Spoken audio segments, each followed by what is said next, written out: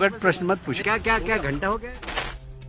अगर गंदा पानी पीकर किसी के घर के मासूम बच्चे या बुजुर्गों की मौत हो जाए और फिर कोई जिम्मेदार मंत्री से सवाल पूछे कि साहब पीने के पानी की ठीक से व्यवस्था छोड़ो यार, तुम फोकट प्रश्न मत पूछे। 10 बच्चे मर गए और जवाब निकल कर आए कि फोकट प्रश्न मत पूछे। क्या क्या क्या घंटा हो गया? तो यहां पर घंटा कोई शब्द नहीं रहता, वो सत्ता का घमंड हो जाता है।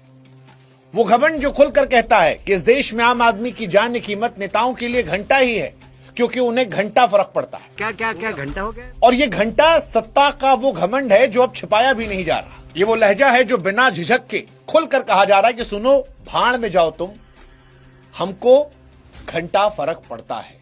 पहला मौका नहीं है जहां पर कैलाश विजयवर्गीय जी ने पीड़ित की जिम्मेदारी लेने की जगह पर घंटा कर दिया है। ये पहले भी करते आए। आप याद कीजिए, अक्टूबर 2025 में ऑस्ट्रेलियन महिला खिलाड़ियों के साथ छिड़खानी हुई थी। कायदे से जिम्मेदारी बनती थी सरकार की कि उस पर एक्शन होता, लेकिन जिम्मेदारी लेने की जगह जनाब का बयान आता है कि बाहर क्यों निकली थी। खिलाड़ी बहुत लोकप्रिय होते हैं, इसलिए वो भी ध्यान रखें जब भी कभी घूमने जाएं। बिना प्रशासन को बताए बाहर जाओगी तो यही सब होगा ना। और आदमी सकपका गया कि भाई साहब ये क्या मानसिकता है। मतलब ये तो वही वाला मीम हो गया कि कातिल तो कत्ल करेगा ही तुम्हारा, तुम्हारी जिम्मेदारी अपनी बॉडी ख्याल रखो। और ये पहला नहीं है। आप याद कीजिए, वेस्ट बंगाल में जब पोस्ट पोल रेप और हत्याओं की घटना सामने आ रही थी, तो उसमें भी जनाब ने स्टेटमेंट दिया था कि भैया आजादी की लड़ाई हुई थी, वहां पर भी तो लोगों ने कुर्बानियां दी थी, यहां पर भी देना पड़ेगा, बंगाल के लिए देना पड़ेगा।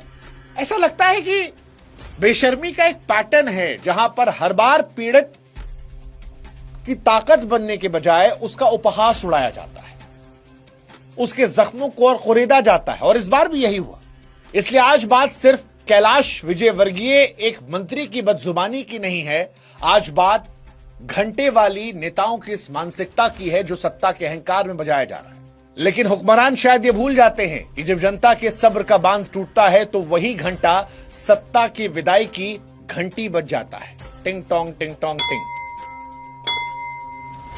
और आज हम आपके साथ मिलकर जनता की ताकत की घंटी बजाने वाले हैं। जरूरी है भाई साहब, जरूरी इसलिए है क्योंकि चुनाव के समय जो नेता पांव छूने के लिए झुकते हैं, गली कूचा, दीदी बहनी भैया सबका पैर छूते हैं, वो चुनाव के बाद उसी जनता को घंटा कहकर औकात दिखाते हैं। और ये बदलाव जानते क्यों आता है?